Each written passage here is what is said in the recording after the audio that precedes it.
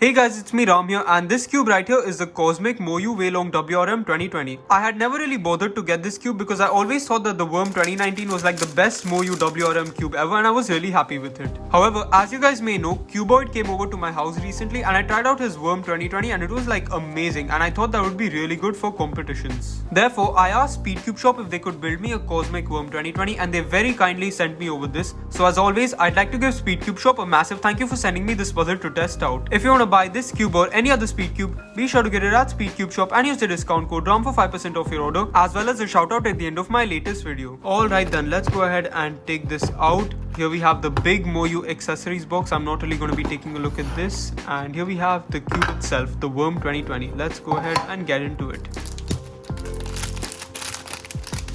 Alright then, as you guys can see out of the box, this cube is actually really greasy. So yeah, I don't really care. Let's get into first turns.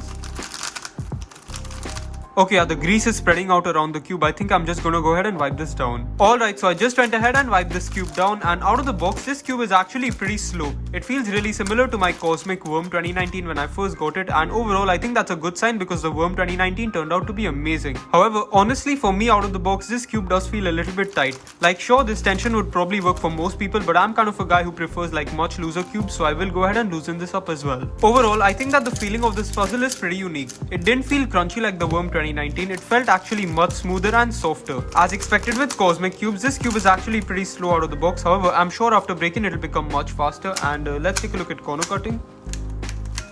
Okay, yeah, this puzzle is pretty tight, so corner cutting isn't the greatest right now. However, I will go ahead and loosen it up and I'm sure it'll improve. At these tensions, there's no way pops or corner twists are gonna happen at all. And while turning fast, I'm not having any major issues with locking up or catching, which is a good sign. I guess it's that time of the video where we give this cube a quick solve, so let's go ahead and do that. Okay, wow, this is actually a pretty good scramble here for white crows, so let's go ahead and do that.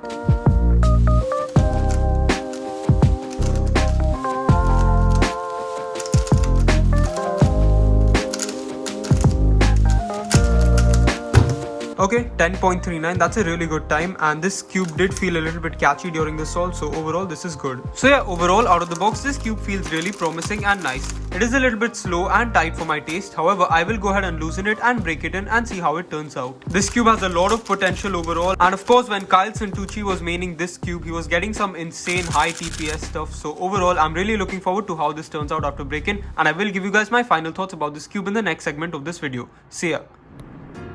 Hey guys, so I've had this cube for over a month now. I've played around with the settings and given it some solves, and I'm ready to share my thoughts. As mentioned in the unboxing, I was hoping this would be a stable cube that would be great for competitions, but unfortunately, the cube didn't quite match that expectation for me. Out of the box, I think this cube came on setting 4 in the spring compression system, but that did not feel too good for me, so I changed it to setting 2. I also loosened the screws of the cube by about a full turn on each side, and overall, that made the cube a lot better for me. It improved the speed and corner cutting of the cube while keeping its amazing smooth feeling. However, it had a major impact on another important quality of this cube: stability.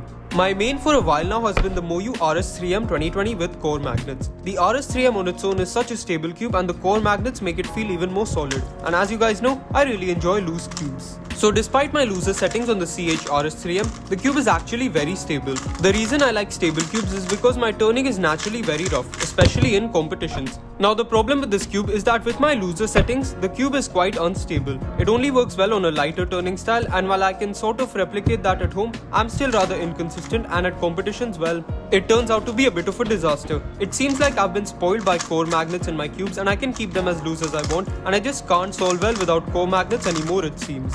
So overall, in 2022, I would not really recommend this cube to anyone. Sure, it's a nice cube to have for collection purposes and it has an incredible feel, but even if your turning style in competitions is a little bit rough and you prefer loose cubes, this cube isn't quite gonna work. With the new Super RS3M out on the market right now, if you want a Moyu cube, I recommend that one. Otherwise, if you're just looking for a new all-round grade 3x3, I think the Tornado V3 is really good. I guess that concludes another episode of this series, Older Speed Cubes in 2022. Let's move on to the outro now. So that's pretty much it for my video going over the Cosmic Worm 2020 in 2022, over 2 years later. Thanks a lot for watching, I hope you guys enjoyed, and a big thank you to SpeedCubeShop as always for sending me this puzzle to test out. Goodbye.